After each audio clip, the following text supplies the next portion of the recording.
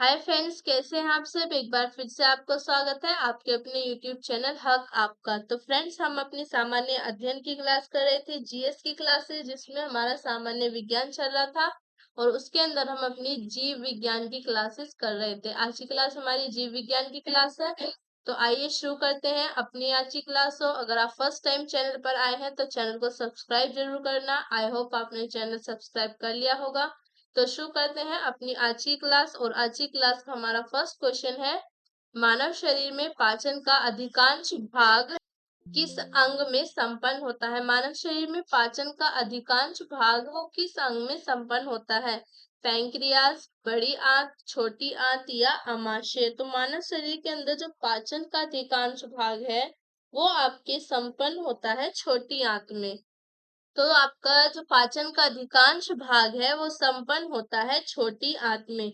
मानव शरीर में पाचन यानी कि डाइजेशन डाइजेशन इसका आपका अधिकांश भाग वो छोटी आंत में यानी कि स्मॉल इंटेस्टाइन में होता है। अधिकांश पाचन का भाग वो स्मॉल इंटेस्टाइन में होता है। इसके अलावा पचे हुए पदार्थ का अवशोषण आपके मुख्यतः छोटी आंत में भी होता है। छोटी आंत में क्या होता है, इसके अलावा आपका अब्जॉर्प्शन जो होता है, अवशोषण यानी कि अब्जॉर्प्शन, जो बचे हुए पदार्थ होते हैं उनका अब्जॉर्प्शन भी आपका छोटी आंत में होता है। हालांकि भोजन का पाचन मनुष्य के मुंह से प्रारंभ होता है। आपका जो भोजन का पाचन है, पाचन प्रारंभ कहाँ से होता है। पाचन प्रारंभ होता है मुंह से प्रारंभ होता है पाचन। और ये आपके कहाँ तक चलता रहता है, ये चलता है आपकी बड़ी आंत तक। बड़ी आंत यानी कि लार्ज इंटेस्टाइन तक चलता रहता है। ओके। तो जो आपका मानव शरीर में अधिकांश भाग है पाचन का, वो कहाँ पर संपन्न होता है, वो संपन्न होता है आपके छोटी आंत में। यानी कि ऑप्शन सी करेक्ट आंसर हो जाएगा। डाइजेशन का जो आपका अधिकांश भाग है वो आपके होता है छोटी आंत में यानी कि स्मॉल इंटेस्टाइन में। और स्मॉल इंटेस्टाइन में आपके बाकी के जो बचे हुए पदार्थ है उनका अवशोषण भी होता है, अब्जॉर्प्शन भी होता है। और जो पाचन है वो प्रारंभ होता है मुंह से और कहाँ तक चलता रहता है, प्रारंभ होकर वो आपके मुंह से प्रारंभ होकर बड़ी आंत तक यानी कि लार्ज इंटेस्टाइन तक चलता रहता है। तो यहाँ पर ऑप्शन सी करेक्ट आंसर हो जाएगा। यानी कि आपके जो मानव शरीर में पाचन आपके अधिकांश जो होता है वो छोटी आंत में होता है। नेक्स्ट क्वेश्चन देखते हैं। नेक्स्ट है हमारा, एंजाइम मूलतः क्या है। एंजाइम्स जो होते हैं ये क्या है। एंजाइम्स जो होते हैं ये मूलतः क्या है। वसा, शर्करा, प्रोटीन या विटामिन। तो जो एंजाइम्स होते हैं ये आपके मेनली प्रोटीन होते हैं। एंजाइम्स क्या होते हैं, प्रोटीन होते हैं, जिनका निर्माण प्राय नाइट्रोजनी पदार्थ या अमीनो अम्ल के संश्लेषण द्वारा होता है। इनका आपका निर्माण किस तरीके से होता है। एंजाइम्स का निर्माण एंजाइम्स का निर्माण होता है आपके नाइट्रोजनी पदार्थ या अमीनो अम्ल नाइट्रोजनी पदार्थ या अमीनो अम्ल के नाइट्रोजनी पदार्थ या अमीनो अम्ल के संश्लेषण से। किससे होता है, इनके संश्लेषण से होता है, संश्लेषण द्वारा होता है। और जैव क्रिया में एक विशेष प्रकार के एंजाइम एक विशेष कार्य को ही संपादित करते हैं। ये उसी प्रकार कार्य करते हैं जिस प्रकार एक ताले को खोलने के लिए उसकी मुख्य चाबी, जिसके आपके एक ताले को खोलने के लिए उसकी विशेष चाबी होती है। तो आपके एंजाइम्स क्या हो गए, एंजाइम्स होते हैं आपके मेनली प्रोटीन होते हैं एंजाइम्स। और एंजाइम्स का निर्माण कैसे होता है, जो नाइट्रोजन पदार्थ होते हैं या अमीनो अम्ल के संश्लेषण द्वारा इनका निर्माण होता है। तो यहाँ पर आपका करेक्ट आंसर हो जाएगा ऑप्शन सी, यानी कि एंजाइम्स जो है आपके एंजाइम्स मेनली होते हैं प्रोटीन होते हैं एंजाइम्स। ओके, नेक्स्ट क्वेश्चन देखते हैं।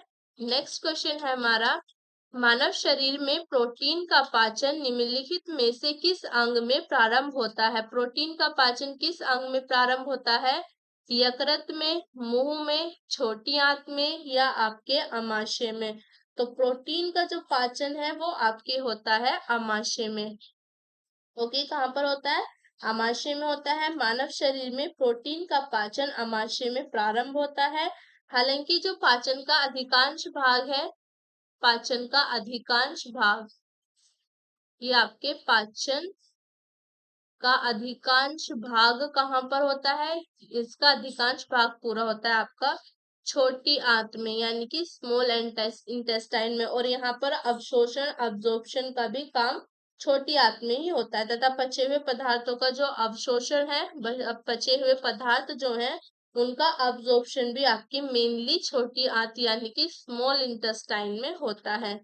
तो यहाँ पर करेक्ट आंसर हो जाएगा आपका ऑप्शन डी, यानी कि अमाशय में प्रोटीन का पाचन होता है। मानव शरीर में प्रोटीन का पाचन जो होता है वो आपके अमाशय से ही प्रारंभ होता है। करेक्ट आंसर हो जाएगा ऑप्शन डी। लेकिन आपके पाचन का अधिकांश भाग वो पूरा होता है आपकी छोटी आंत में। नेक्स्ट क्वेश्चन देखते हैं।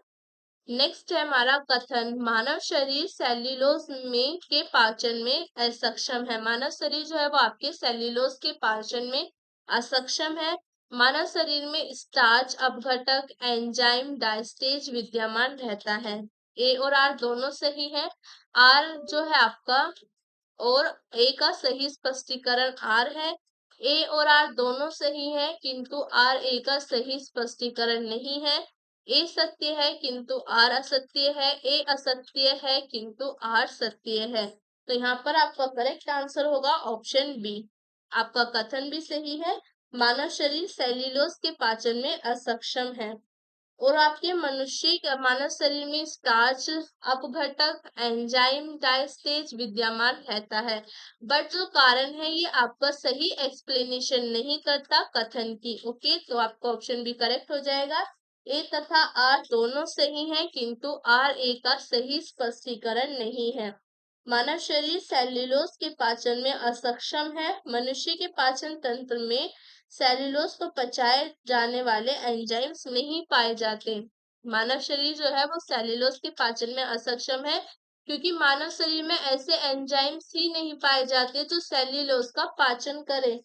ओके, परंतु स्टार्च अपघटक एंजाइम्स लारिया डायस्टेज जो स्टार्च को मोल्टेज में तोड़ता है, मनुष्य की लार में भी पाया जाता है। तो आपके दोनों कथन ही सही हैं, बट ये आपका सही एक्सप्लेन नहीं करता। जो आपका कारण है ये सही आपकी व्याख्या नहीं करता, सही स्पष्टीकरण नहीं है कथन का। तो करेक्ट आंसर हो जाएगा ऑप्शन बी। ए और आर दोनों सही हैं, बट आर ए का सही स्पष्टीकरण नहीं है। नेक्स्ट क्वेश्चन देखते हैं। नेक्स्ट है हमारा, शरीर में अतिरिक्त ग्लूकोज ग्लाइकोजन में परिवर्तित होकर भंडारित रहता है। शरीर में जो अतिरिक्त ग्लूकोज होता है वो आपके ग्लाइकोजन में परिवर्तित होकर भंडारित रहता है। कहाँ पर? अमाशय में, यकृत में, अग्नाशय में या आपके पित्त में? तो कहाँ पर ये आपके भंडारित रहता है? ग्लूकोज आपके ग्लाइकोजन में परिवर्तित होकर आपके यकृत में रहता है, यानी कि लीवर में। कहाँ पर रहता है? आपके लीवर में। और लीवर क्या है? मानव शरीर की सबसे बड़ी ग्रंथि। ओके, मानव शरीर की मानव शरीर की सबसे बड़ी ग्रंथि, सबसे बड़ी ग्रंथि, मानव शरीर की सबसे बड़ी ग्रंथि आपके यकृत होता है, यानी कि लीवर को कहते हैं। और आपके जिसका प्रमुख कार्य क्या होता है? रक्त में उपस्थित अतिरिक्त ग्लूकोज को ग्लाइकोजन के रूप में परिवर्तित करके संचित रखना। यकृत काम क्या करता है? आपके ब्लड में जितना भी आपका फालतू अतिरिक्त ग्लूकोज है, ओके, जितना भी अतिरिक्त ग्लूकोज है उसको ये आपके ग्लाइकोजन में कन्वर्ट करेगा। ग्लाइकोजन में कन्वर्ट करने के बाद इसको संचित करके रखता है। ओके, आवश्यकता अनुसार ये ग्लाइकोजन ग्लूकोज में बदलकर शरीर को ऊर्जा प्रदान करता है। इस प्रकार यकृत अतिरिक्त शर्करा एवं ऊर्जा में सामंजस्य बनाए रखता है। ओके, तो आपका करेक्ट आंसर हो जाएगा ऑप्शन बी। शरीर में अतिरिक्त ग्लूकोज आपके ग्लाइकोजन में परिवर्तित होकर आपके यकृत में भंडारित रहता है। करेक्ट आंसर हो जाएगा ऑप्शन बी, ये लीवर। और मानव शरीर की सबसे बड़ी ग्रंथि भी लीवर ही होती है। नेक्स्ट क्वेश्चन देखते हैं। नेक्स्ट है हमारा 10 दिन तक उपवास रखने पर लीवर पर क्या प्रभाव पड़ेगा। लीवर में ग्लूकोज का स्तर कम हो जाता है, लीवर में ग्लूकोज का स्तर अधिक हो जाता है, लीवर में ट्राइग्लिसराइड्स बढ़ने लगता है, और आपके लीवर में ट्राइग्लिसराइड्स घट आपका बढ़ने लगता है। तो 10 दिन तक उपवास रखने पर आपके लीवर पर जो प्रभाव पड़ेगा वो आपका लीवर में ग्लूकोज का स्तर कम हो जाता है। 10 दिनों से अधिक उपवास की स्थिति में लीवर का ग्लूकोज कम होने लगता है। तो करेक्ट आंसर हो जाएगा आपका ऑप्शन ए, लीवर में ग्लूकोज का स्तर कम हो जाता है। ओके, करेक्ट आंसर हो जाएगा ऑप्शन ए, 10 दिनों से अधिक दिन तक उपवास करने पर लीवर में आपके ग्लूकोज का स्तर कम होने लगता है। ऑप्शन ए करेक्ट आंसर हो जाएगा। नेक्स्ट क्वेश्चन देखते हैं। नेक्स्ट क्वेश्चन है हमारा, शरीर के किस भाग में पित्त का निर्माण होता है। शरीर का कौन सा भाग है जिसमें पित्त का निर्माण होता है। यकृत, तिल्ली, पित्ताशय की थैली या पैनक्रियाज। तो यकृत आपके पित्त का जो निर्माण होता है यानी कि बाइल, बाइल का निर्माण कहाँ पर होता है शरीर में। ये होता है आपके यकृत यानी कि आपके लीवर में। कहाँ पर होगा, लीवर में। बाइल का स्रावण यकृत द्वारा होता है, किंतु इसके संचय का कार्य निर्माण आपका जो इसका स्रावण होता है इसको रिलीज करने वाला तो लीवर है। इसको रिलीज कौन करेगा, इसको रिलीज करेगा लीवर। और इसे स्टोर कौन करेगा, बाइल को। बाइल को स्टोर कौन करेगा, बाइल को स्टोर करती है आपकी gall bladder. Okay, gall bladder bile को आपके स्टोर करके रखती है, यानी कि इसको पित्ताशय, पित्ताशय इसको आपके संचित करके रखता है। इसके अलावा यह यकृत से आए पित्त से जल सोकर इसका अत्यधिक सांद्रण भी करता है। पित्ताशय जो है आपका ये लगभग 8 सेंटीमीटर लंबा होता है, 8 सेंटीमीटर आपका लंबा और 4 सेंटीमीटर चौड़ा, अंडाकार ओवल टाइप की जो आपकी ओवल अंडाकार अंडाकार थैली होती है। ओके, तो करेक्ट आंसर हो जाएगा आपका ऑप्शन ए, यानी कि यकृत जो है वो आपका यकृत लीवर जो है उसमें आपका पित्त का निर्माण होता है और रिलीज भी जो आपके बाइल को रिलीज लीवर ही करता है, बट बाइल आपके स्टोर होता है गोल ब्लेडर में, पित्ताशय में। और जो गोल ब्लेडर है ये आपके 8 सेंटीमीटर लंबा होता है, 8 सेंटीमीटर तक आपके लंबा होता है और 4 सेंटीमीटर तक चौड़ा अंडाकार आपके ओवल थैली होती है। ओके, नेक्स्ट क्वेश्चन देखते हैं। नेक्स्ट है हमारा, पित्ताशय में उपस्थित पत्थर निम्नलिखित में से किसका पाचन प्रभावित करते हैं। जो पित्ताशय में आपके पथरी होती है, पत्थर होता है, वो आपका किसका पाचन प्रभावित करता है। प्रोटीन का, वसा का, कार्बोहाइड्रेट का या न्यूक्लिक अम्ल का। तो आपके पित्ताशय में जो पत्थर होते हैं वो आपके वसा का यानी कि प्रोटीन के पाचन में, वसा यानी कि आपके प्रोटीन के पाचन को प्रभावित करता है। पित्ताशय आपके यकृत से उत्पन्न पित्त का भंडारण करता है। पित्ताशय के अंदर पित्त अवयव के संघनन से बना हुआ रकावृत जमावी पित्त की पथरी है। पित्त की पथरी आपके वसायुक्त भोजन के पाचन में समस्या उत्पन्न कर सकती है। ओके, तो आपका पित्ताशय में उपस्थित पत्थर जो है वो आपके वसा का यानी कि प्रोटीन के डाइजेशन को प्रभावित करता है। किसके डाइजेशन को प्रभावित करेगा, ये प्रोटीन के डाइजेशन को प्रभावित करता है। ऑप्शन बी आपका करेक्ट आंसर हो जाएगा। नेक्स्ट क्वेश्चन देखते हैं। नेक्स्ट है हमारा, निम्नलिखित में से कौन सा एंजाइम प्रोटीनों को अमीनो अम्ल में विघटित करता है। कौन सा एंजाइम है आपका प्रोटीन्स को अमीनो अम्ल यानी प्रोटीन्स को आपके अमीनो एसिड में विघटित करता है। Pepsin, lactase, urease, zymase. तो आपका जो पेप्सिन है, पेप्सिन आपका प्रोटीन का पाचन आपके अमाशय में प्रारंभ होता है। प्रोटीन का पाचन कहाँ पर आपका, प्रोटीन का पाचन आपके अमाशय में प्रारंभ होता है, अमाशय में प्रारंभ होता है।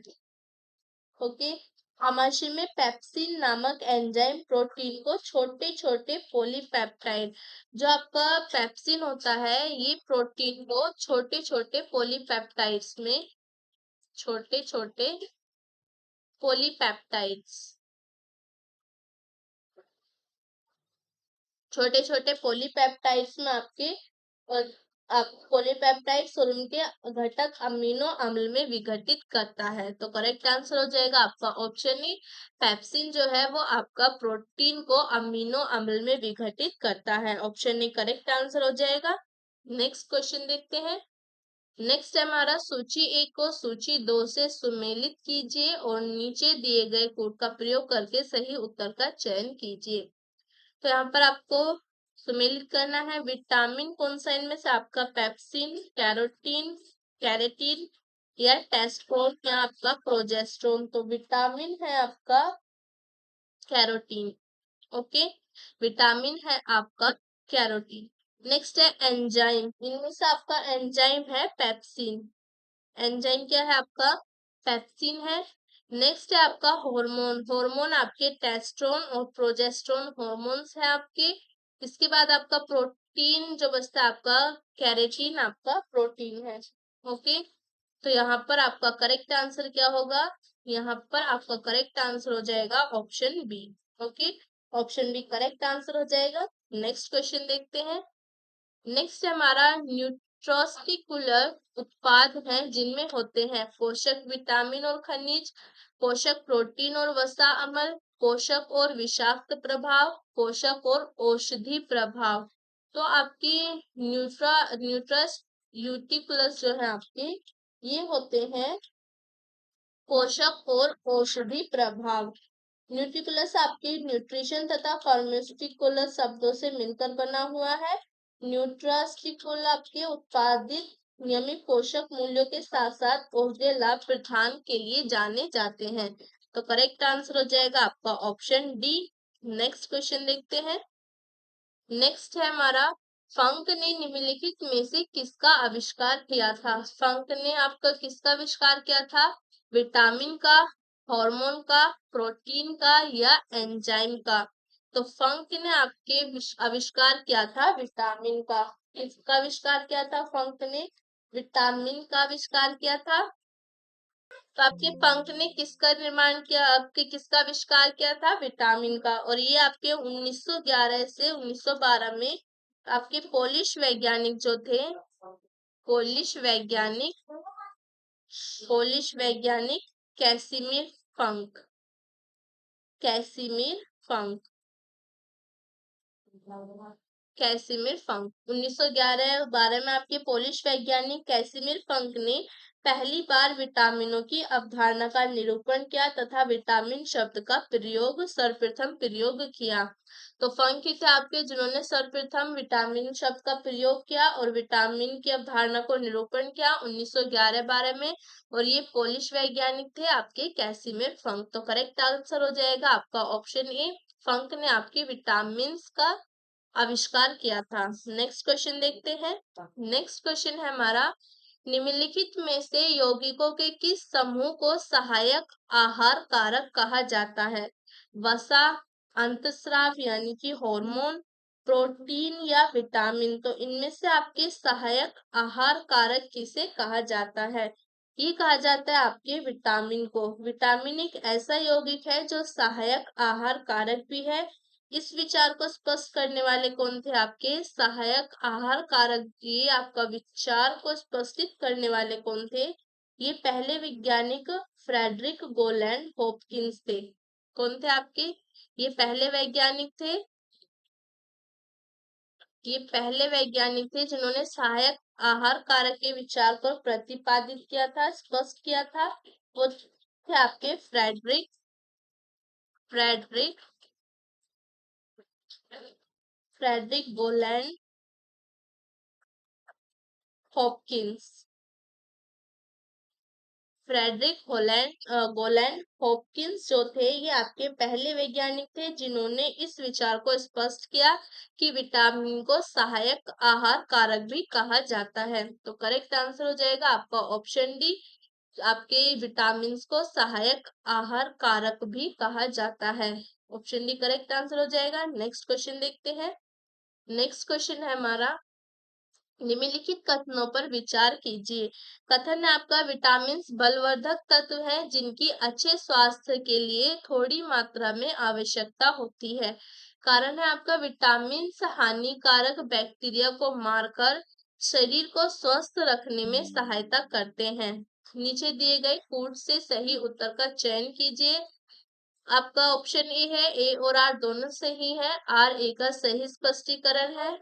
नेक्स्ट ऑप्शन है आपका, ए तथा आर दोनों सही है परंतु आर ए का सही स्पष्टीकरण नहीं है। ए सही है परंतु आर गलत है, ए गलत है परंतु आर सही है। तो यहाँ पर आपका करेक्ट आंसर होगा ऑप्शन सी। ऑप्शन सी आपका करेक्ट आंसर होगा, यानी कि आपका कथन सही है। विटामिन बलवर्धक तत्व है जिनकी अच्छे स्वास्थ्य के लिए थोड़ी मात्रा में आवश्यकता होती है, बट आपका कारण जो है, ये विटामिन हानिकारक बैक्टीरिया को मारकर शरीर को स्वस्थ रखने में सहायता करते हैं, ये आपका गलत है, ये सही नहीं है।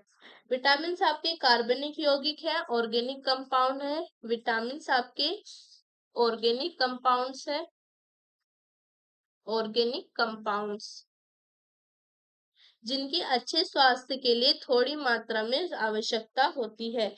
इनके स्रोत आपके विटामिन के स्रोत क्या क्या हो सकते हैं आपके, अनाज है आपका, हरी सब्जियां हैं, अनाज, हरी सब्जियां, फल, दूध, मांस, फल, दूध और आपका मांस, ये सब आपके जो है विटामिन के स्रोत होते हैं। लेकिन जो विटामिन होते हैं वो आपके हानिकारक बैक्टीरिया को नहीं मारते।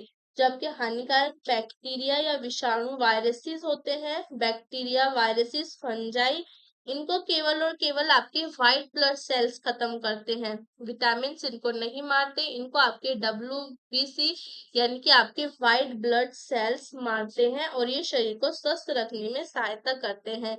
इसलिए आपका कारण सही नहीं है कि विटामिन हानिकारक बैक्टीरिया को मारकर शरीर को स्वस्थ रखने में सहायता करते हैं। जो आपके व्हाइट ब्लड सेल्स होते हैं, आपके श्वेत रुधिराणु, ये शरीर के बैक्टीरिया को मारकर शरीर को स्वस्थ रखने में सहायता करते हैं। तो ऑप्शन सी आपका करेक्ट आंसर हो जाएगा। ए आपका सही है, कथन सही है, बट आपका कारण गलत है। नेक्स्ट क्वेश्चन देखते हैं। नेक्स्ट है हमारा, सूची 1 और 2 का मिलान करें व नीचे दिए गए कोर्स से सही उत्तर का चयन करें। तो विटामिन B1 को क्या कहते हैं आपके, विटामिन B1 का रासायनिक नाम है आपका थायमीन। ओके, और विटामिन B2 को क्या कहते हैं, विटामिन B2 को कहते हैं राइबोफ्लेविन। विटामिन B2 को कहते हैं राइबोफ्लेविन। नेक्स्ट है आपका विटामिन B4। विटामिन B4 को कहते हैं आपके साइनोकोबालमिन। साइनोकोबालमिन कहते हैं आपके विटामिन B4 को। और विटामिन B12 को क्या कहते हैं, पायरिडोक्सिन। पायरिडोक्सिन कहते हैं विटामिन B12 को।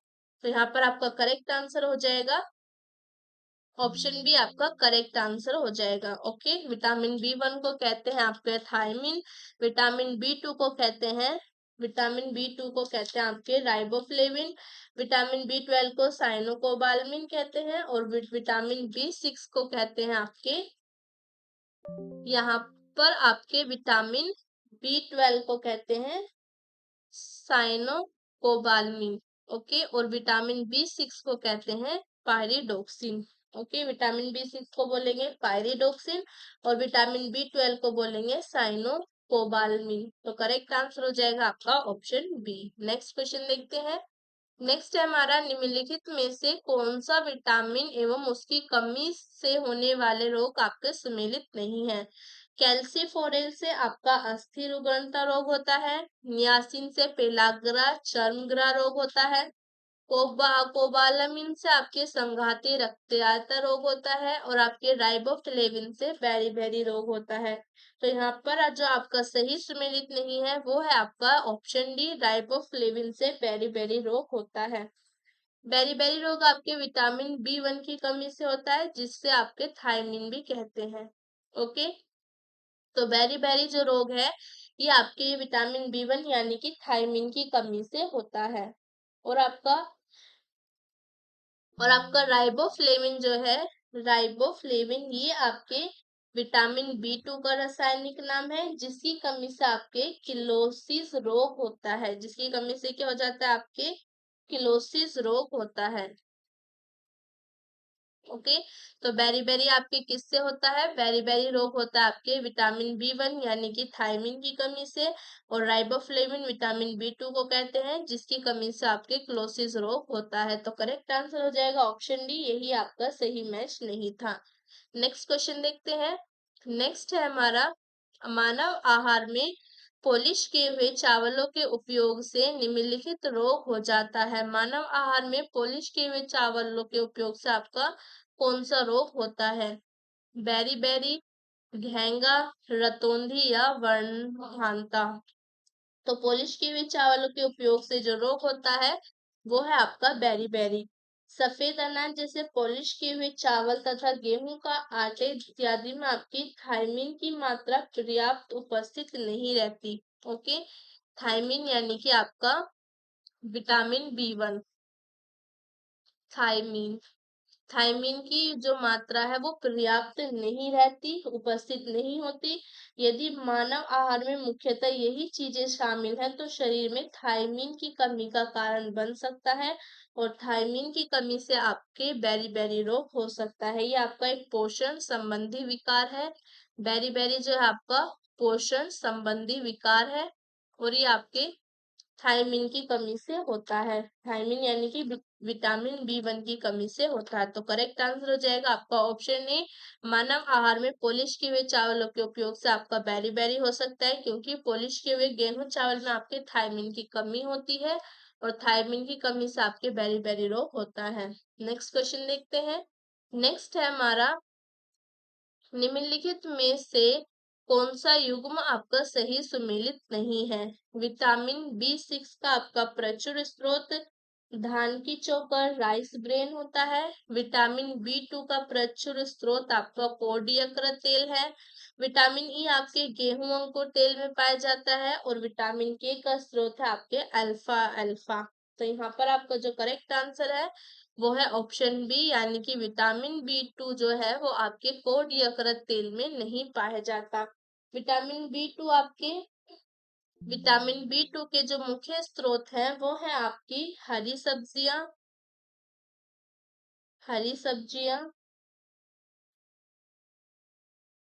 अंडे, हरी सब्जियां, अंडे और फलियां। ये आपके विटामिन B2 के स्रोत हैं। और विटामिन B2 की कमी से कौन सा रोग होता है, विटामिन B2 की कमी से आपके किलोसिस रोग होता है, किलोसिस। और विटामिन B2 का आपके रासायनिक नाम क्या है, विटामिन B2 का रासायनिक नाम है आपका राइबोफ्लेविन। क्या नाम है, राइबोफ्लेविन। ओके, और जो आपका कोड यकृत तेल है, ये आपका कोड यकृत तेल कोड मछली के यकृत से व्युत्पन्न एक आहार पूरक है। इसमें आपके ओमेगा 3 फैटी एसिड के अतिरिक्त आपका विटामिन ए एवं विटामिन डी आपके उपस्थित होता है। तो आपके कोड यकृत तेल में आपका विटामिन ए एंड डी पाया जाता है। इसके अंदर आपका विटामिन ए एंड डी मिलता है आपके कोड यकृत तेल के अंदर। तो करेक्ट आंसर हो जाएगा आपका ऑप्शन बी, यही आपका सही मैच नहीं था। विटामिन B2 आपका हरी सब्जियां, अंडे और फलियां इत्यादि इसके मुख्य स्रोत है। ये आप इसकी कमी से आपका क्लोसिस रोग होता है, और इसको राइबोफ्लेविन भी कहते हैं। कोड यकृत तेल जो है इसके अंदर आपका vitamin A and vitamin D mainly पाया जाता है। तो यहाँ पर आपका करेक्ट आंसर हो जाएगा ऑप्शन बी। नेक्स्ट क्वेश्चन देखते हैं। नेक्स्ट है हमारा, विटामिन जो खट्टे फलों यानी कि आपके साइट्रस में पाया जाता है तथा चर्म को स्वस्थ रखने में जरूरी होता है, वो है आपका vitamin A, vitamin B, vitamin C या आपका विटामिन डी। तो आपका जो खट्टे फलों में पाए जाने वाला विटामिन है यानी कि साइट्रस, ये आपका है विटामिन सी।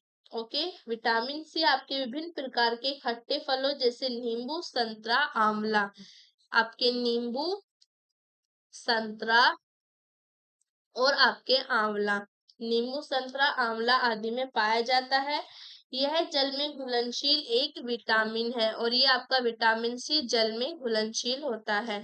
जल में घुलनशील है, जल में आपके घुलनशील होता है, जो कि चर्म को स्वस्थ रखने और आपके दांतों के डेंटिन के निर्माण और आपके कोलेजन तंतुओं के निर्माण इत्यादि में कार्य करता है। इसका कार्य क्या क्या है? विटामिन सी के कार्य हैं आपके, एक तो ये आपका चर्म को स्वस्थ रखता है, दूसरा दांतों के डेंटिन, दांतों के डेंटिन का निर्माण भी करता है। डेंटिन का निर्माण, दांतों के डेंटिन का निर्माण करता है और आपके कोलेजन तंतुओं का निर्माण भी करता है।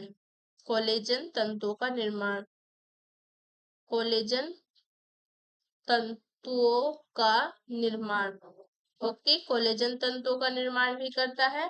और इसकी कमी से कौन सा रोग होता है? विटामिन सी की कमी से होने वाला रोग है आपका, कमी से होने वाला रोग, विटामिन सी की कमी से होने वाला रोग है आपका स्कर्वी। ओके, क्या है इसके से कमी, इसकी कमी से होने वाला रोग है आपका स्कर्वी। तो आपका करेक्ट आंसर हो जाएगा यहाँ पर vitamin C. Okay, vitamin C correct answer हो जाएगा, ऑप्शन सी। आपका विटामिन सी खट्टे फलों में जैसे नींबू, संतरा, आंवला में पाया जाता है और ये आपके जल में घुलनशील होता है। इसका कार्य दांतों के डेंटिन का निर्माण होता है और ये आपके कोलेजन तंतुओं का भी निर्माण करता है और इसकी कमी से होने वाला रोग है आपका स्कर्वी। तो आपका करेक्ट आंसर हो जाएगा option C, vitamin C. Next question देखते हैं। तो नेक्स्ट है हमारा, निम्नलिखित में से कौन विटामिन सी का उत्तम स्रोत है? विटामिन सी का आपका उत्तम स्रोत क्या है? संतरा, सेब, गाजर या आंवला? तो विटामिन सी का उत्तम स्रोत है आपका, विटामिन सी का उत्तम स्रोत है आपका आंवला। विटामिन सी का रासायनिक नाम पूछो, विटामिन सी का रासायनिक नाम, विटामिन सी का आपका रासायनिक नाम पूछूं तो विटामिन सी का रासायनिक नाम बोलेंगे आप, विटामिन सी का रासायनिक नाम एब्सकॉर्बिक एसिड। क्या है इसका आपका रासायनिक नाम? Abscorbic, ascorbic acid. Okay, ascorbic, ascorbic acid. Okay, ये विटामिन सी का आपका रासायनिक नाम है और इसका उत्तम स्रोत आंवला है। सबसे उत्तम स्रोत इसका आंवला है। ये आपके आंवले के अलावा ये खट्टे फलों में भी पाया जाता है। ये आंवले के अलावा आपके खट्टे फल जैसे आपका नींबू, संतरा, मौसम्बी आदि में भी ये पाया जाता है। इसका प्रमुख कार्य ऊतकों में कोशिकाओं को परस्पर बांध रखने वाले अंतर कोशिकीय पदार्थ के मैट्रिक्स, कोलेजन तंतु तथा दांतों के डेंटिन के निर्माण को समान अवस्था में बनाए रखना और आपके चर्म को नियंत्रण करना भी होता है। मैंने आपको बताया ऊपर ही कि ये जल में घुलनशील भी होता है और इसकी कमी से आपका स्कर्वी रोग होता है। और एक बात और लिखिए इसके बारे में, विटामिन सी के बारे में, ये घाव भरने में सहायक होता है। विटामिन सी जो होता है आपका घाव भरने में सहायक होता है, सहायक होता है, विटामिन सी आपका घाव भरने में सहायक होता है। तो यहाँ पर करेक्ट आंसर हो जाएगा ऑप्शन डी, यानी कि आंवला विटामिन सी का सबसे उत्तम स्रोत आपका आंवला है। इसका रासायनिक नाम है आपका एस्कॉर्बिक एसिड और इसकी कमी से आपके स्कर्वी रोग होता है और ये आपके घाव भरने में सहायक होता है। तो करेक्ट आंसर हो गया ऑप्शन डी, आंवला। नेक्स्ट क्वेश्चन देखते हैं। नेक्स्ट है हमारा, निम्नलिखित विटामिन में से कौन सा शरीर में भंडारित नहीं होता? Vitamin A, vitamin B, vitamin C, vitamin A. तो आपकी कौन सा विटामिन है जो आपके शरीर में स्टोर्ड नहीं होता? तो शरीर में स्टोर जो आपके नहीं होता वो है आपका विटामिन बी, विटामिन सॉरी आपका विटामिन सी, ये आपका विटामिन सी होता है, आपका विटामिन सी होता है जो आपके शरीर में स्टोर नहीं होता। विटामिन सी आपके जल में विलय होता है, ये शीघ्र ही मूत्र के साथ उत्सर्जित हो जाता है तथा हमारे शरीर में संचित नहीं रह सकता। विटामिन सी जो है ये आपके जल में घुलनशील है और ये आपके मूत्र के साथ बाहर निकल जाता है, ये हमारे शरीर में संचित नहीं रह सकता। तो करेक्ट आंसर हो जाएगा आपका ऑप्शन सी, विटामिन सी जो है वो आपके शरीर में भंडारित यानी कि स्टोर नहीं होता। ओके, नेक्स्ट क्वेश्चन देखते हैं। नेक्स्ट है हमारा, रक्त का थक्का रुधिर स्कंदन बनने में किस विटामिन की आवश्यकता होती है? सी की, के, ई, डी। तो कौन सा विटामिन है जो आपके रुधिर का थक्का ब्लड क्लोटिंग बनने में आपका सहायक होता है? ब्लड क्लोटिंग, तो ब्लड क्लोटिंग में आपके जो सहायक होता है वो है आपका विटामिन के। विटामिन के की कमी से आपके शरीर में खून का थक्का ब्लड क्लोटिंग बनने की बीमारी होती है। इस विटामिन को रुधिर स्राव रोधी यानी कि आपके इसके आपको एंटी हेमोरेजिक फैक्टर भी कहते हैं। विटामिन को आपके विटामिन के को क्या कहते हैं? एंटी हेमो हेमोरेजिक फैक्टर भी कहते हैं। ओके, इसकी कमी वाले व्यक्तियों का ऑपरेशन आसानी से नहीं किया जा सकता क्योंकि रुधिर बहने मतलब ब्लड अधिक बहने की डर बना रहता है। अधिक क्योंकि आपके विटामिन की कमी होगी तो ब्लड की क्लोटिंग नहीं होगी और आपका अधिक रक्त बहने का डर बना रहता है, इसलिए विटामिन के की कमी वाले व्यक्तियों का ऑपरेशन आपका आसानी से नहीं किया जा सकता। तो करेक्ट आंसर हो जाएगा ऑप्शन बी, यानी कि विटामिन के आपका जो है वो ब्लड क्लोटिंग में आवश्यक होता है। नेक्स्ट क्वेश्चन देखते हैं। नेक्स्ट है हमारा, निम्नलिखित युग्मों में से कौन सा सुमेलित नहीं है? थायमिन की कमी से आपका बेरी रोग होता है, विटामिन डी की कमी से सूखा रोग होता है, विटामिन के की कमी से बंध्यापन होता है और नियासिन की कमी से आपके पहलाग्रा होता है। तो यहाँ पर जो आपका सही सुमेलित नहीं है वो है आपका ऑप्शन सी, यानी कि विटामिन के की कमी से आपके बंध्यापन होता है। विटामिन के की कमी से आपका ओके, तो विटामिन के की कमी से आपका बंध्यापन नहीं होता। बंध्यापन जो होता है आपके विटामिन ई की कमी से होता है। बंध्यापन यानी कि आपका न्यूट्रलिटी न्यूट्रलिटी जो है ये आपका विटामिन ई की कमी से होता है। किसकी कमी से होता है? आपके विटामिन ई की कमी से होता है। विटामिन ई की कमी से होता है।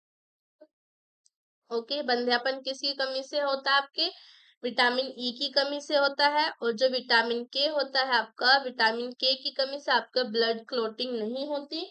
विटामिन के का आपके रासायनिक नाम है नेफ्थोक्विनोन।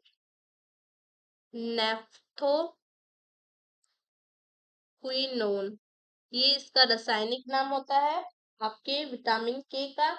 इसे रुधिर स्राव रोधी पदार्थ भी कहते हैं और इसके जो स्रोत हैं आपके विटामिन के स्रोत क्या होते हैं? आपकी हरी सब्जियां, हरी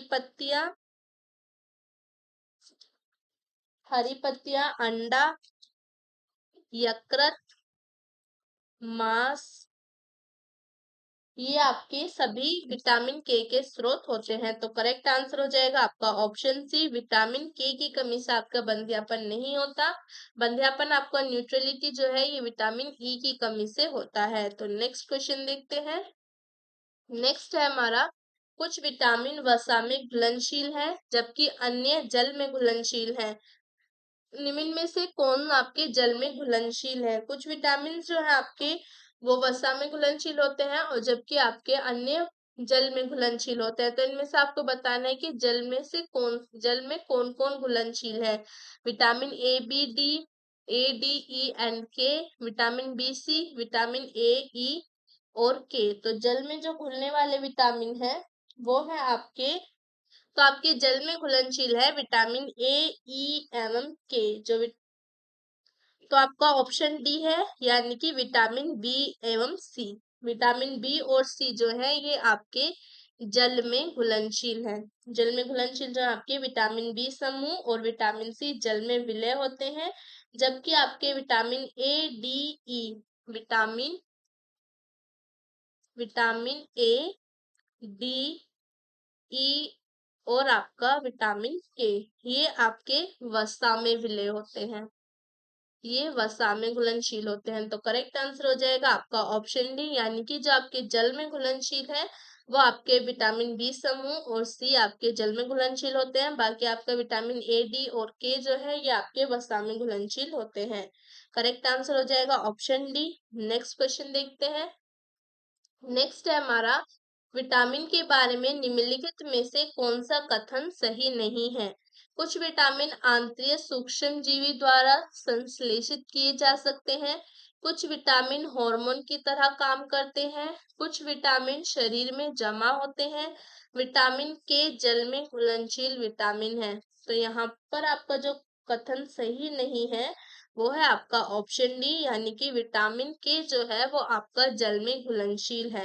विटामिन के आपका जल में घुलनशील नहीं होता, विटामिन के आपका वसा में घुलनशील होता है। बाकी आपके तीनों कथन सही है। ऑप्शन ए आपका, कुछ विटामिन आंतरिक सूक्ष्म जीवों द्वारा संश्लेषित किए जा सकते हैं, कुछ विटामिन हार्मोन की तरह काम करते हैं और कुछ विटामिन हमारे शरीर में जमा होते हैं। बट आपका ऑप्शन डी जो है वो इनकरेक्ट है कि विटामिन के आपका जल में घुलनशील होता है, विटामिन के आपका वसा में घुलनशील होता है, ना कि जल में। तो करेक्ट आंसर हो जाएगा ऑप्शन डी। नेक्स्ट क्वेश्चन देखते हैं। नेक्स्ट है हमारा कथन, vitamin B 13 sorry vitamin B 12 जो है आपका यकृत में लगभग 3 से 5 वर्षों तक संग्रहित रहता है। विटामिन बी 12 आपका जल में विलय है। तो यहाँ पर आपका करेक्ट आंसर क्या होगा, ए तथा आर दोनों सही है, ए का सही स्पष्टीकरण आर है। ए तथा आर दोनों सही है, ए का सही स्पष्टीकरण आर नहीं है। ए सही है किंतु आर गलत है, ए गलत है किंतु आर सही है। तो यहाँ पर आपका करेक्ट आंसर है ऑप्शन बी, यानी कि कथन भी सही है, विटामिन बी 12 आपका यकृत में लगभग आपके 3 से 5 वर्षों तक संग्रहित रह सकता है। यकृत कोशिकाओं में विटामिन ए, डी, ई, के तथा बी 12 का संचय होता है। आपके यकृत में कौन कौन से विटामिन आपके विटामिन का संचय होता है, ये आपके विटामिन ए, डी, ई, के तथा आपका विटामिन बी 12 ये आपके यकृत में संचित होते हैं। विटामिन बी 12 का रासायनिक नाम की बात करूं तो ये आपका साइनोकोबालेमिन है, साइनोकोबालेमिन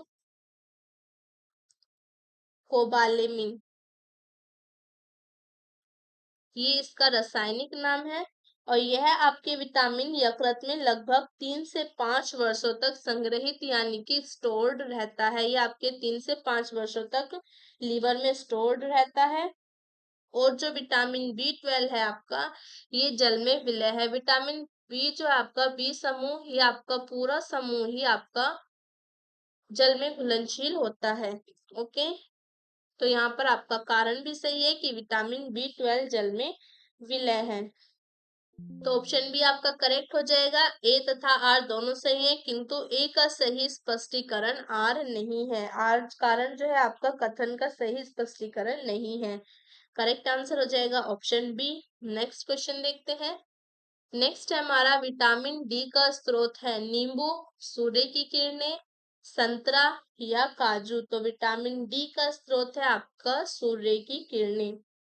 विटामिन डी का स्रोत सूर्य की किरणें हैं। वास्तव में सूर्य की किरणों के द्वारा विटामिन डी का निर्माण हमारी त्वचा कोशिकाओं के द्वारा किया जाता है। विटामिन डी का निर्माण किसके द्वारा किया जाता है, हमारे स्किन सेल्स के द्वारा किया जाता है सूर्य की किरणों से, जो यहाँ से निर्मित होकर रुधिर में मुक्त हो जाता है। इसके अलावा आपके मक्खन, यकृत, अंडे की जर्दी और आपके व्रक इत्यादि से भी ये मिलता है। सूर्य की किरणों के अलावा विटामिन डी के स्रोत क्या क्या है आपके, मक्खन है, मक्खन, यकृत, अंडों की जर्दी, अंडे की जर्दी और आपके व्रत, ये आपके विटामिन डी के स्रोत हैं। विटामिन डी की कमी से बच्चों में रिकेट्स होता है। विटामिन डी की कमी से होने वाले रोग हैं आपके, विटामिन डी की कमी से बच्चों में आपके रिकेट्स होता है। रिकेट्स बच्चों में तो आपका रिकेट्स होता है विटामिन डी की कमी से। और वयस्क में इसकी कमी से होने वाला रोग है ओस्टोमेलेसिया। ओस्टियोमेलेसिया। विटामिन डी की कमी से ही आपके वयस्क में होता है ओस्टियोमेलेसिया। तो करेक्ट आंसर हो जाएगा आपका ऑप्शन बी।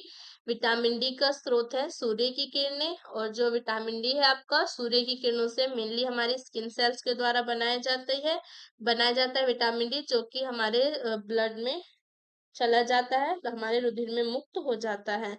और इसके अलावा आप इसके अन्य स्रोत है मक्खन, यकृत, अंडे की जर्दी और रक्त। विटामिन डी की कमी से बच्चों में रिकेट्स हो जाता है और वयस्क में ऑस्ट्रोमेलेशिया हो जाता है। नेक्स्ट क्वेश्चन देखते हैं। नेक्स्ट है हमारा विटामिन डी के सर्जन में निम्न में से कौन पाया जाता है? Retinol, folic acid, ascorbic acid या कैल्सीफोरेल। तो आपके विटामिन डी के सर्जन में पाया जाता है आपका कैल्सीफोरेल। विटामिन डी को हार्मोन माना जाता है, इसके सर्जन में आपके कैल्सीफोरेल पाया जाता है। तो आपके विटामिन डी को हार्मोन भी माना जाता है और इसके सर्जन में आपके कैल्सीफोरेल मिलता है। तो करेक्ट आंसर हो जाएगा आपका ऑप्शन डी। नेक्स्ट क्वेश्चन देखते हैं। नेक्स्ट है हमारा निम्न आपका रतौंधी निम्नलिखित की कमी के कारण होता है? Vitamin B, vitamin C, vitamin A या विटामिन ई। तो रतौंधी किसकी कमी के कारण होता है? आपका रतौंधी होता है विटामिन ए की कमी के कारण। रतौंधी यानी कि आपका नाइट ब्लाइंडनेस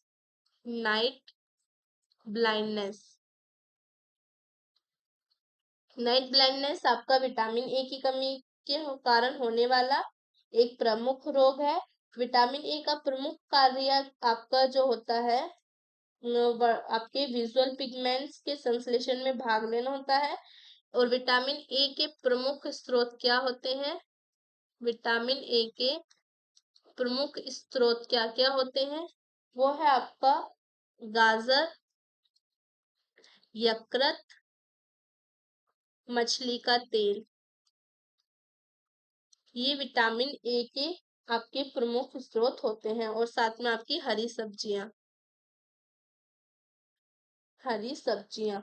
तो आपका करेक्ट आंसर हो जाएगा ऑप्शन सी। विटामिन ए की कमी के कारण आपका रतौंधी होता है, नाइट ब्लाइंडनेस होता है। नेक्स्ट क्वेश्चन देखते हैं। नेक्स्ट है हमारा निम्नलिखित में से कौन सा युग्म आपका सही सुमेलित नहीं है? विटामिन ए संतरे में मिलता है, विटामिन सी नींबू में, विटामिन डी कॉड मछली का तेल में और विटामिन बी आपके धान के चोकर में मिलता है। तो यहाँ पर आपका ये विटामिन बी6 है। विटामिन बी6 आपके धान के चोकर में मिलता है। तो यहाँ पर आपका करेक्ट आंसर आपका ऑप्शन ए होगा। विटामिन ए आपका संतरे में नहीं मिलता। विटामिन ए आपके गाजर में मिलता है।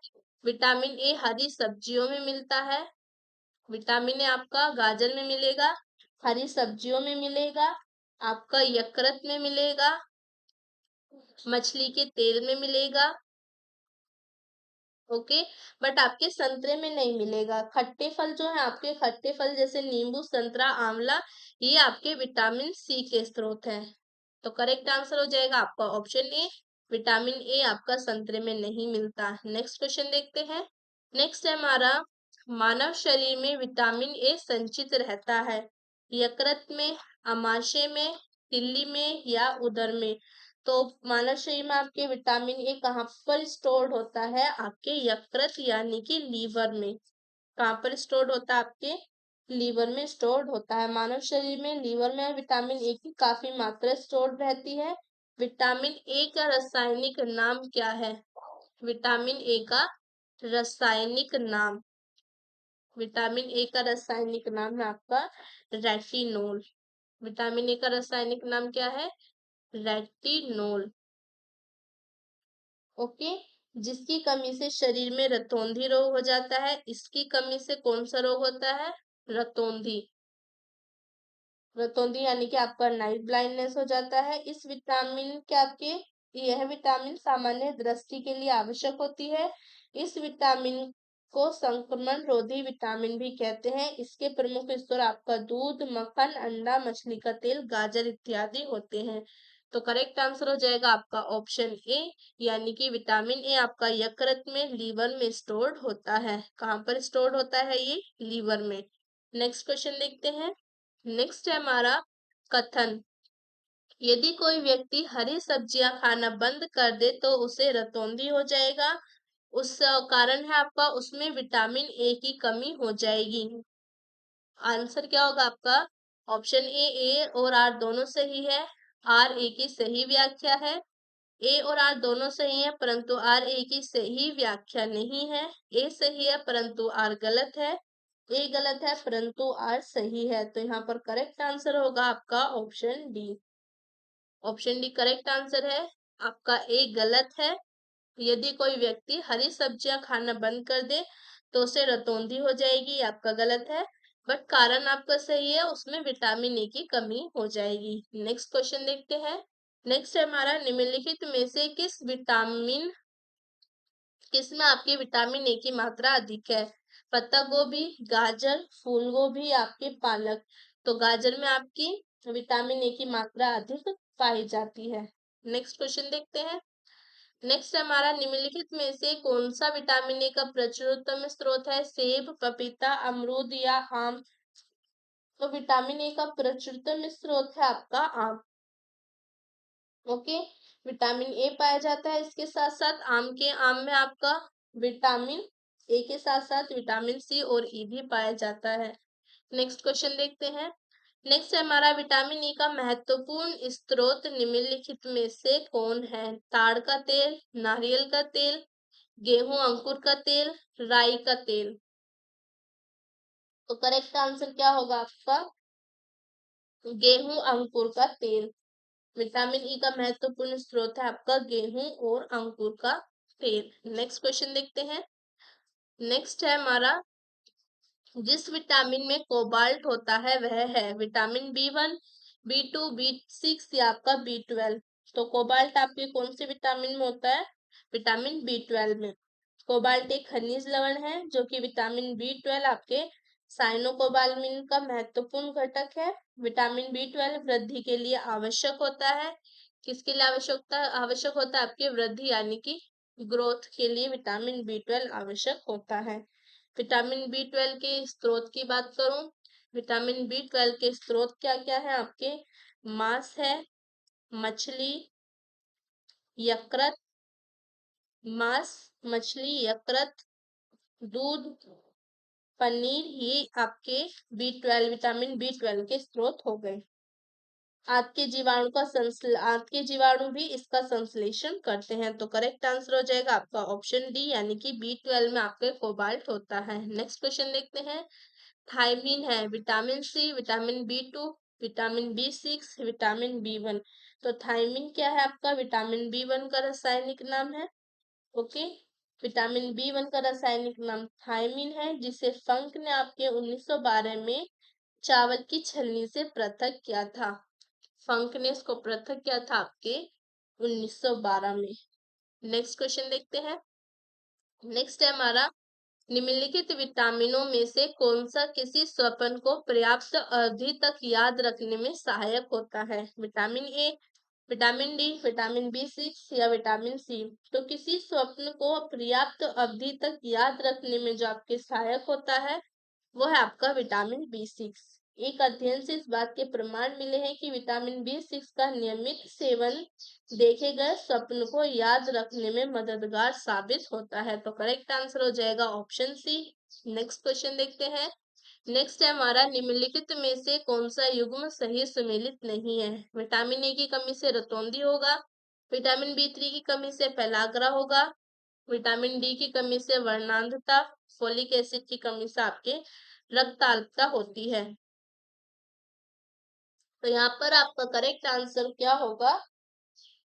यहाँ पर आपका करेक्ट आंसर है ऑप्शन सी, यानी कि विटामिन डी की कमी से वर्णांधता नहीं होती। कलर ब्लाइंडनेस आपका विटामिन डी की कमी से नहीं होता। विटामिन डी की कमी से जो रोग होता है वो है आपका रिकेट्स। क्या होता है आपका? रिकेट्स होता है विटामिन डी की कमी से, सूखा रोग होता है। विटामिन ए की कमी से आपके रतौंधी होता है। विटामिन बी थ्री की कमी से आपका आपका क्या होगा? पेलाग्रा होगा, जिसे नियासिन कहते हैं, चंद्रग्रहण। और फोलिक एसिड की कमी से एनीमिया हो जाता है। तो करेक्ट आंसर हो जाएगा आपका ऑप्शन सी। नेक्स्ट क्वेश्चन देखते हैं। नेक्स्ट हमारा, निम्नलिखित में से कौन सा युग्म सही सुमेलित नहीं है? विटामिन डी की कमी से सुखंडी होता है। विटामिन सी की कमी से मसूड़ों से खून आने लगता है। विटामिन ए की कमी से गठिया हो जाता है। और विटामिन बी की कमी से आपके बेरी बेरी रोग हो जाता है। तो यहाँ पर आपका सही सुमेलित जो नहीं है वो है आपका ऑप्शन सी, यानी कि आपका विटामिन ए की कमी से गठिया होगा। विटामिन ए की कमी से आपकी रतौंधी होती है, ना कि गठिया।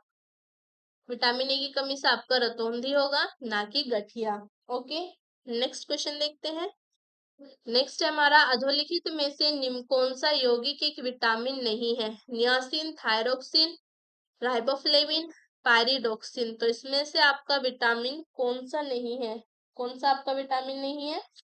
थायरोक्सिन आपका एक विटामिन नहीं है। B2, B3 और आपका B6 के रासायनिक नाम क्रमशः आपका राइबोफ्लेविन, नियासिन तथा पायरिडोक्सिन है। थायरोक्सिन आपका एक हार्मोन है। ये क्या है? आपका एक हार्मोन है जो आपके थायराइड ग्रंथि, जो कि आपकी थायराइड ग्रंथि से स्त्रावित होता है। ओके, तो करेक्ट आंसर हो जाएगा आपका ऑप्शन बी, थायरोक्सिन आपका एक विटामिन नहीं है, ये एक हार्मोन है, ये आपके थायराइड ग्रंथि से स्रावित होता है। नियासिन क्या है आपकी? नियासिन क्या है? ये आपका विटामिन B3 का रासायनिक नाम है। ओके, राइबोफ्लेविन किसका रासायनिक नाम है? राइबोफ्लेविन है आपका, राइबोफ्लेविन रासायनिक नाम है आपका विटामिन B2 का। पायरिडोक्सिन आपके विटामिन B6 का। ओके, तो करेक्ट आंसर हो जाएगा ऑप्शन बी। नेक्स्ट क्वेश्चन देखते हैं। नेक्स्ट हमारा, निम्नलिखित में से कौन सा आहार समूह मनुष्य के शरीर को अधिकतम ऊर्जा प्रदान करता है? वसा, प्रोटीन, विटामिन, विटामिन लवण जल, कार्बोहाइड्रेट वसा प्रोटीन और आपका कार्बोहाइड्रेट प्रोटीन या आपका विटामिन। तो यहाँ पर करेक्ट आंसर है आपका ऑप्शन सी, यानी कि कार्बोहाइड्रेट वसा प्रोटीन ही आपके शरीर को अधिकतम ऊर्जा प्रदान करता है। आपका जो कार्बोहाइड्रेट है शरीर को तुरंत ऊर्जा प्रदान करेगा और ये आपके शरीर को चुरुस्त दुरुस्त रखेगा, रोगों से बचाएगा। वसा जो है आपके ऊर्जा प्रदान करने के साथ साथ ऊर्जा संग्रहण करता है। प्रोटीन क्या करेगा? आपके शरीर में जो क्षति हुई है उसको कंप्लीट करेगा प्रोटीन। नेक्स्ट क्वेश्चन देखते हैं। नेक्स्ट हमारा, सेब का हृदय रोगियों के लिए विशेष महत्व है क्योंकि ये बड़े स्रोत हैं सोडियम व पोटेशियम के, फॉस्फोरस व मैग्नीशियम के, पोटेशियम व फॉस्फोरस के, केवल पोटेशियम के। तो जो सेब है आपका, सेब आपके पोटेशियम के बड़े स्रोत होते हैं। सेब का हृदय रोगियों के लिए विशेष महत्व होता है। इसके सेवन से आपके कोलेस्ट्रॉल घटता है।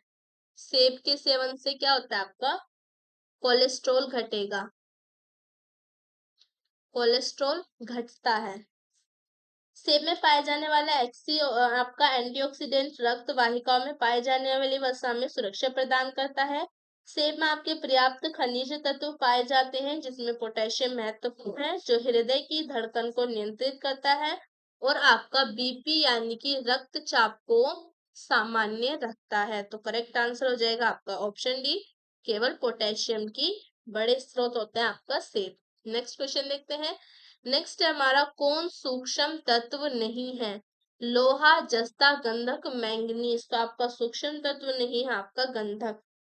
ओके, सूक्ष्म पोषक तत्व वे होते हैं जिनकी आवश्यकता जीवन भर किंतु कम मात्रा में होती है। आपके सूक्ष्म पोषक तत्वों में, सूक्ष्म पोषक तत्व में आपका कौन कौन आता है? लोहा आता है, कोबाल्ट आता है, क्लोरीन आता है, क्या आएगा आपका? क्लोरीन आएगा, तांबा आएगा, मैंगनीज आएगा, मैंगनीज आएगा, इसके अलावा आपका निकेल आएगा,